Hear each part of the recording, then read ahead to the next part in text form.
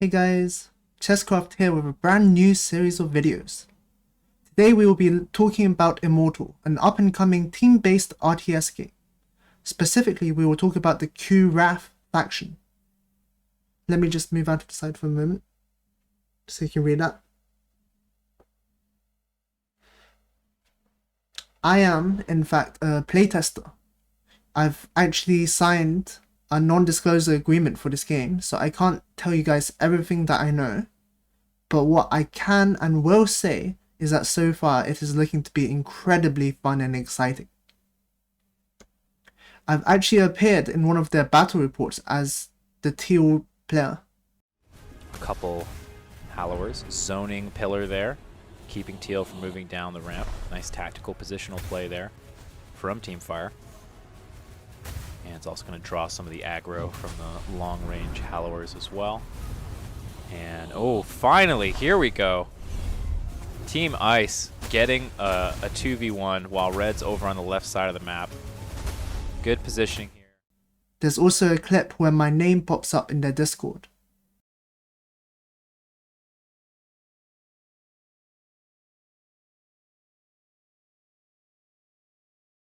Before I show you guys anything, please note this game is in pre-alpha and prone to multiple changes and adjustments as well as improvements. Let's have a quick look at how Immortal differs from StarCraft 2 and why it does so. For starters, the game will be mostly centered around 2v2, as the developers have done extensive research to come to the conclusion that 2v2 is in theory better than 1v1. They've designed their maps, units, and supply counts with this in mind.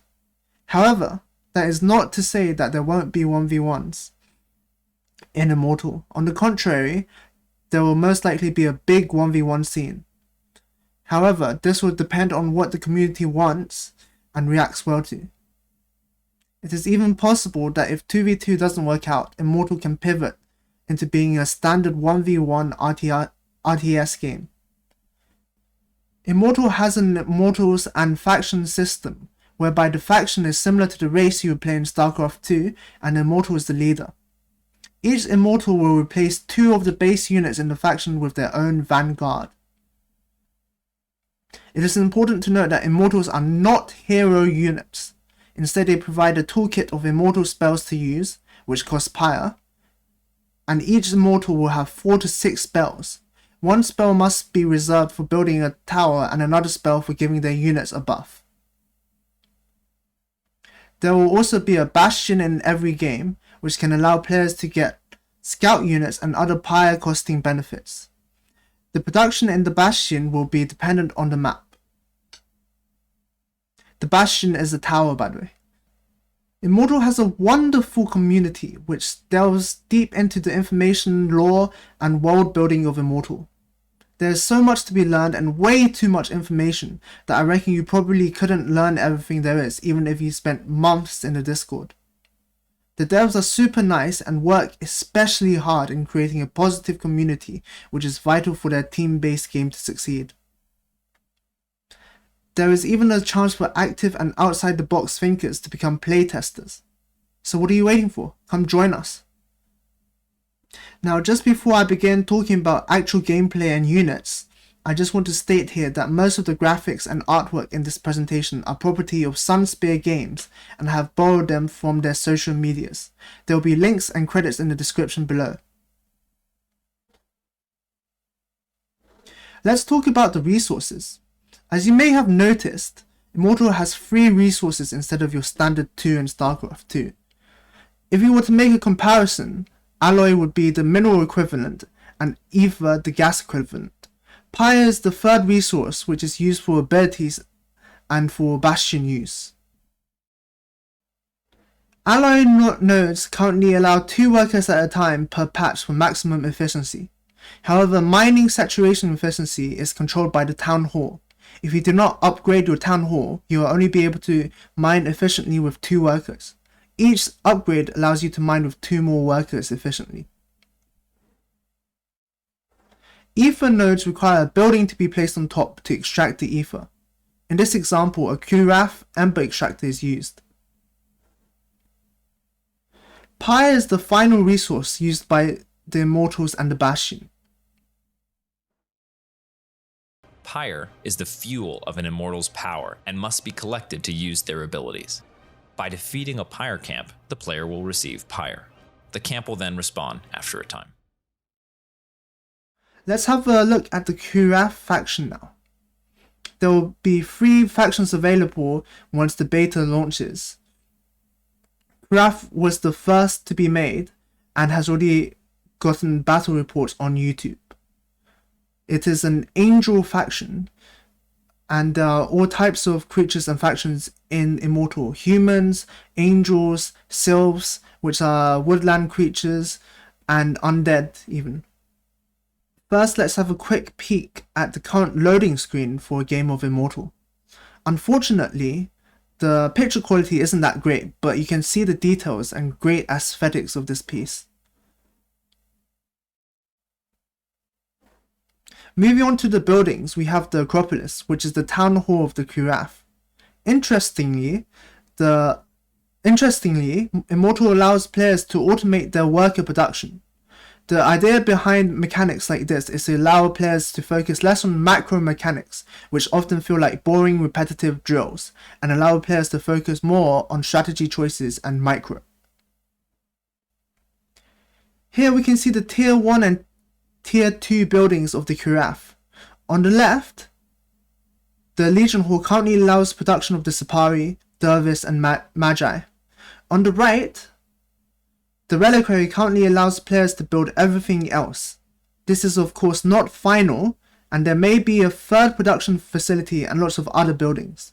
They may even split the buildings as ground, high-tech units and air units, like how StarCraft 2 does it. With buildings out of the way, let's have a look at moats, the workers of the Kuraf. They have weak attacks and low health, which makes them vulnerable, but their use is in building buildings and collecting resources. From a lore standpoint, they are newborn angels. The workers are all so darn cute in this game. Anyways, let's have a look at the Tier 1 units.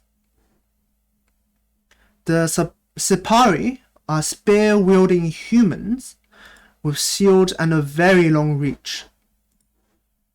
The Sipari are melee units in that they can attack over other Sipari due to their slight increase in range compared to normal melee units. On hallowed ground, a buff made by Magi and Acropoli, they will have increased move speed and increased shields. Note that currently Pillar provides hallowed ground, but this may be changed later. Sipari is the first fighting unit in the Karathi tech tree. It is an alloy-only unit, which means it will not cost any ether to build. In battle, the Sipari is a front-line melee fighter with a twist.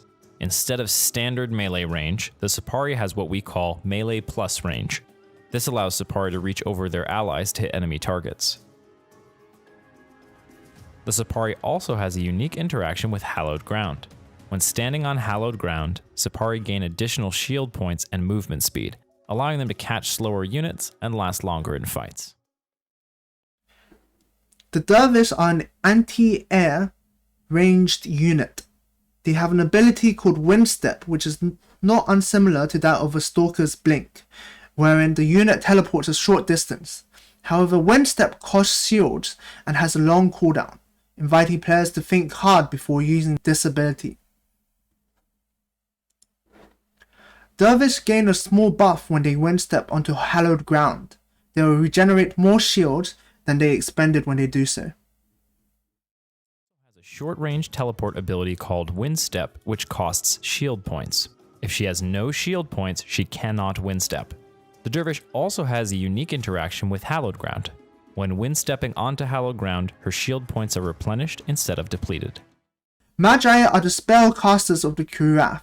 They are vulnerable to attacks but provide buffs to units. Here's a quick showcase of the concept arts gone into making the Magi before the unit was finalized. The Magi are able to heal other units. and also have a very weak ranged attack that can attack air units. Magi are capable of creating a circle of hallowed ground around them, which gives buffs to other units. It's worth noting that the Magi and Dervish are both capable of hitting air units. He has a Mending Prayer spell that automatically heals low hit point allies. Advanced players can change this to manual cast for more specific control. The Magi also has the ability to generate Hallowed Ground, a faction-specific mechanic for the Karath. Hallowed Ground can boost the power of allied Karathi units like faster Sipari or Dervish that replenish their shields when windstepping. Now we move on to the tier 2 and above units. To access tier 2 units, we'll need a reliquary. This gives us access to the Zephyr, Warden, and Hallower. The Hallower is a slow siege type unit. It currently deals single target damage, which is extremely heavy. The attack appears like a straight plasma bolt from the skies, smiting their foes.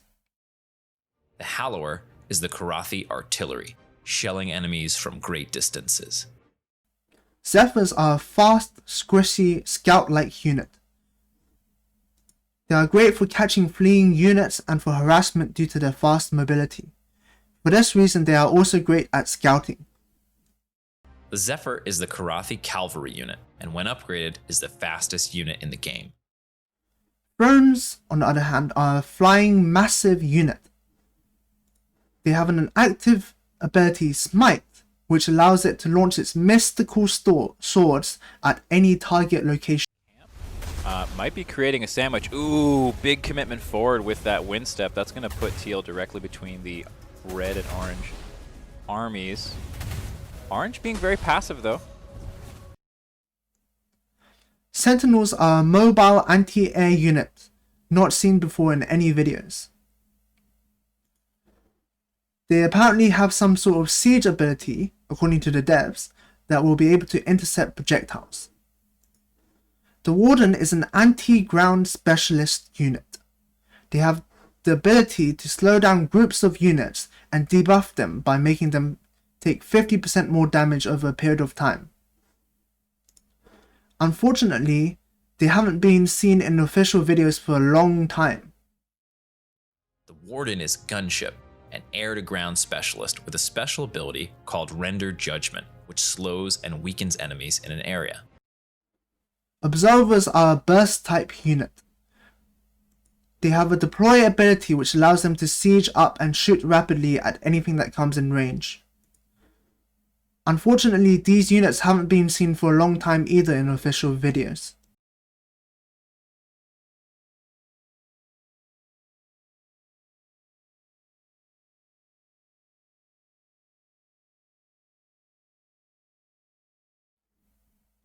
The Castigator is an anti-air unit, but is also capable of hitting ground-based units. There hasn't been any official footage of the Castigator at all. It looks a bit like a dog to me. What do you guys think? The Moat looks a little bit like a puppy, and the Castigator looks like a full-grown dog to me. And don't tell the devs this, but the Dervish kind of look like chickens.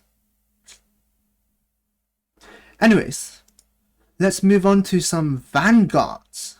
Units that replace other units depending on which Immortal is selected. Sipari can be swapped out for Zentari, this unit, if you pick Orzum.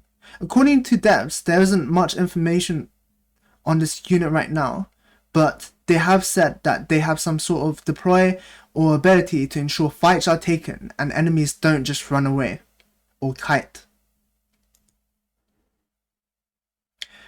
Magi can be swapped out for Sao Sing if you pick Ajari. According to the Discord server, each of their hits will grant Hallowed Ground. It is interesting that the name Shao Xing sounds like the Chinese for be careful.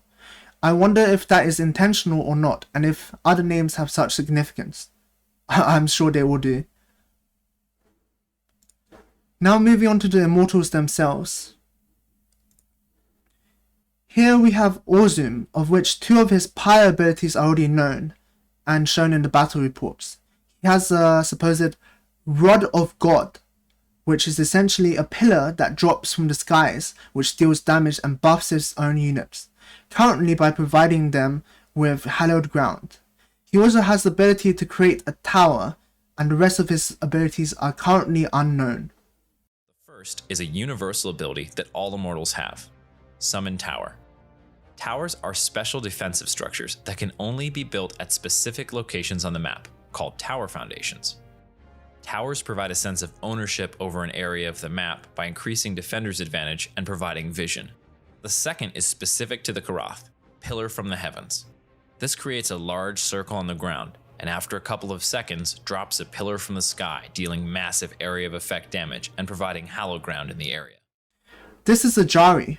All Immortals will have a spell to create a tower and a spell to buff their units. Currently, we do not know anything at all about Ajari's skills apart from these two constants. Thank you all for watching until the end. In the future, I will make a part 2 to this video where I will talk about the other two factions, which will be in the beta, and I will also show off some other concept art for factions, Immortals and locations.